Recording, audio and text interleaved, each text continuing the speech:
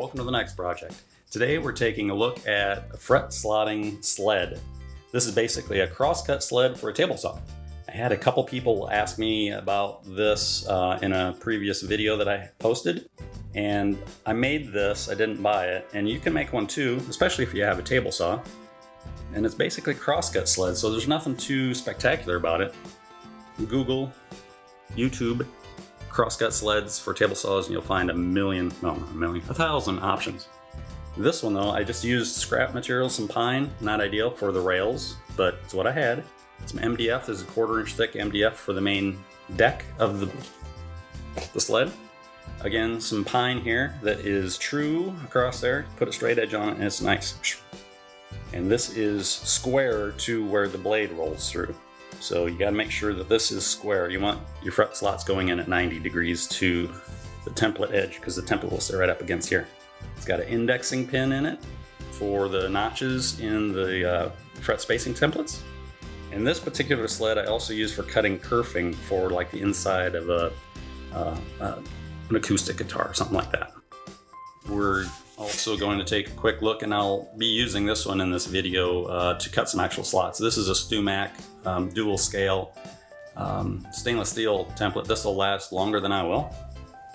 And in this video we're also going to make a homemade template out of 1/4 inch thick MDF. And this is for a 34 inch base scale length. You know, if you don't plan on using it 100 times, this is a good option, but you have to be very particular. You have to make sure everything is perfect. If it's not perfect, take this width and run it through your table saw and cut all your first try notches away and try it again. Don't settle for close enough. This has to be exact. So let's start the next project.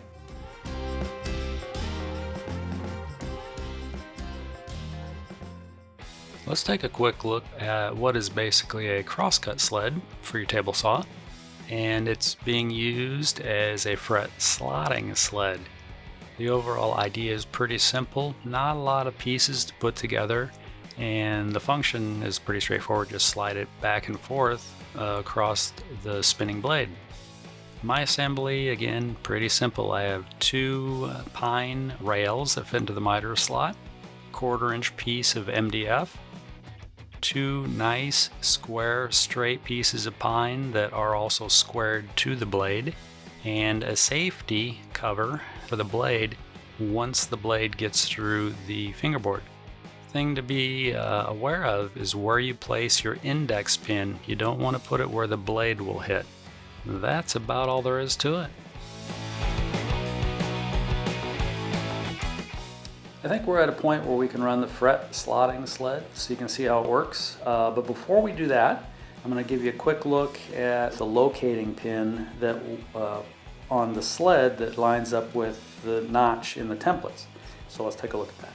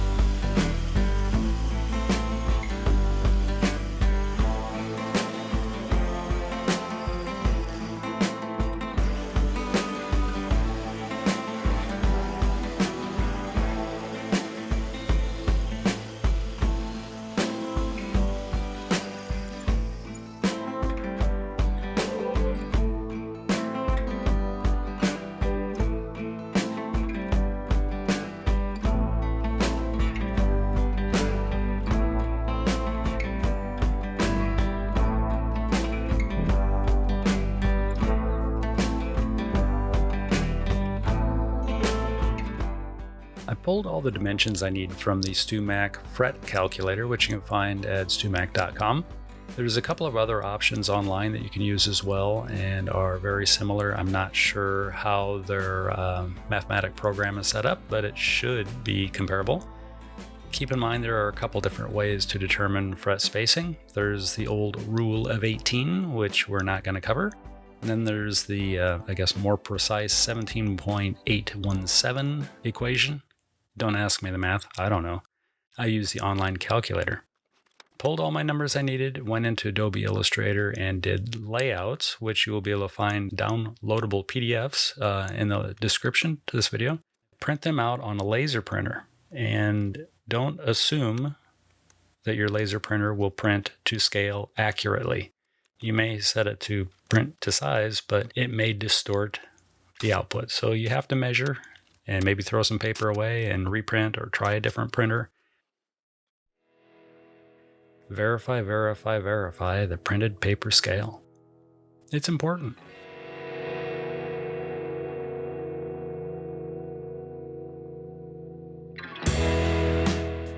I have my paper slotting guide split about in half roughly, and then taped to my future template.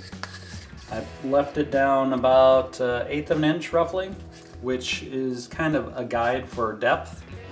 And I've also made a little cutting helper. This is a piece of framing lumber, 2x4 in this case. I cut a slit in it that is just a hair bit wider than my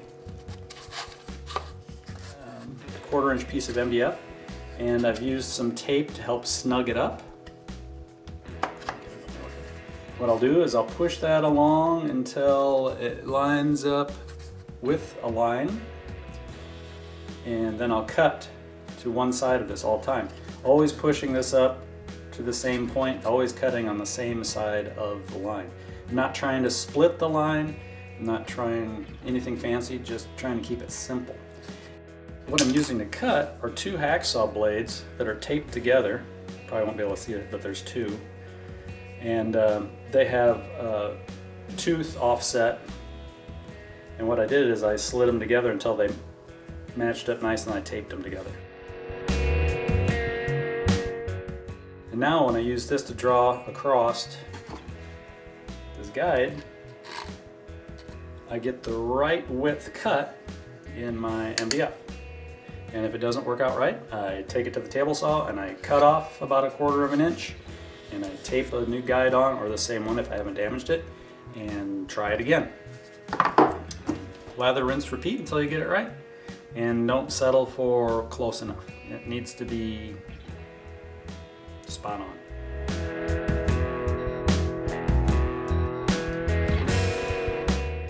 It's time to get busy cutting the MDF template, and I've clamped the template itself to a 2x4 that's clamped to my bench. This way the MDF template that I'm making is upright, so I'm cutting down into it. I've taped my paper template to the MDF, and I do recommend using spray mount if you have it. I didn't have any this day. I didn't do a great job of clamping my MDF to the 2x4 backer, so when I clamp down on my cutting helper block there, I'm creating just a little bit of downward bow in the MDF, and that causes that little bit of pucker in the paper template. So I could have gotten away without having that issue if I would have just done a better job of clamping things to the bench. Take your time and do a good job. Do it right the first time. Don't do what I'm doing. I'm a hack with a saw. I'm a hacksaw. Okay, let's get back to the next project.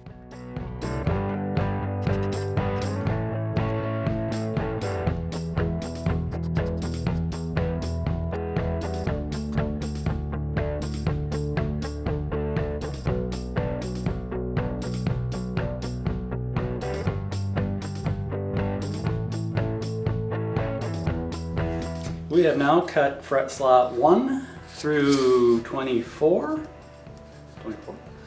for this 34-inch base scale template. I did not cut the 0 fret slot yet, or nut fret slot. And it's time for a little visual aid so you know what to consider. You can either cut it right on that mark for a 0 fret / nut and not worry about it, or you can think about it and realize that there should be a slide compensation made for where that slot would go if you are installing a nut. Let's take a look at a hypothetical 34-inch scale length. The distance from the face of the nut to the center of the first fret is 1.908 inches, or from the center of a 0 fret to the center of the first fret would also be 1.908 inches. But as we can see, depending on if we're using a nut or a 0 fret, the cut at that area may need to be offset by half the width of the cut, or half the kerf of the saw blade. I have gone back and slotted this template for a 0 fret, not a nut. Now we'll write 0 on there, and 1, 2, 3, 4, 24 on this whole thing. I also put a note on here what this total scale length is, so at a glance I'll go, oh, that's the 34-inch base scale. This template's almost ready for use, but it needs one more step before we can run it through the sled. And I need to harden this edge and all the slots with some super glue. And when you do that, be warned that it will swell the fibers ever so slightly. And these slots are nice and snug right now. They fit on just perfectly. But as soon as I put super glue in there, they're going to swell just a little bit, and then they're going to be tight. If I don't put super glue on it, this will be great for a one-time use, maybe 2 times. But after 2 or 3 uses, it's going to start getting ever so slightly loose, and maybe more so at some points than others. So if you plan on ever using it a couple of times, just go ahead and use some super glue and harden the slits, the slots, and also the whole edge. And you'll be ready to go.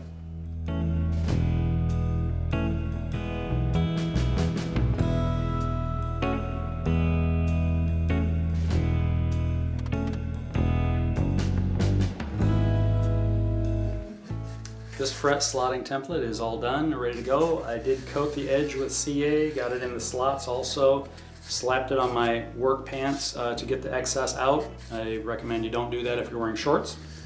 I also then sanded it just with some 220 on a short block to clean up the fuzzies and everything. Double checked the fret slot fit to my fret slotting sled. Everything looks really good. Now it's time to cut some slots, show you how the sled works.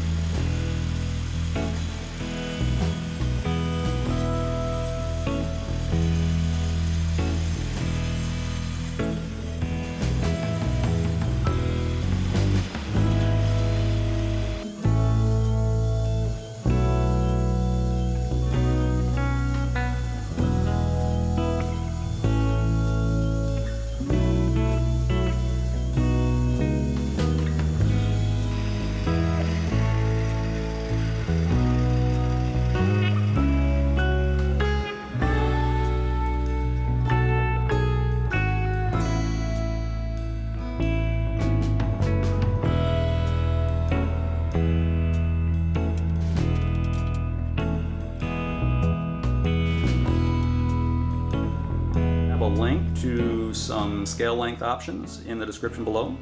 They are all generated from the StewMac fret calculator that you can look up online, and you'll have to verify a few things if you decide to go this route. First, you have to verify that your paper printout is accurate to scale. I put scale markings on there, both inch and centimeter. So you will be able to print it out and put a verified rule on it to make sure that the paper printout comes out right. You'll probably find that most laser and inkjet printers distort their output. The paper stretches, the printers just aren't really accurate, so you may have to take a PDF to some professional place that has really good laser printers to get good template printed out. And then you have to attach that perfect paper template to this and make perfect cuts in the right spot. So that's the next hurdle. If you get it done and you're like, yeah, it's pretty good, then you should run it through the table saw and cut off everything you've just done because it's only pretty good, and try it again. You need to keep going until you look at it and go, that's perfect. I'm not going to be able to sleep tonight because I'm so excited this is perfect. If you get to the point where like, I'm tired of cutting, it's good enough, then don't use it. Buy something. This has to be perfect. And yes, you can make one of these that is as good as one of these. It can be done. You just have to put in the time. And don't think of it as a waste of time. Think of it as learning and honing your abilities and your skills. You may learn things along the way that you'll not only use here, but you use on other things. And that's life. There's no easy button. I wish there was.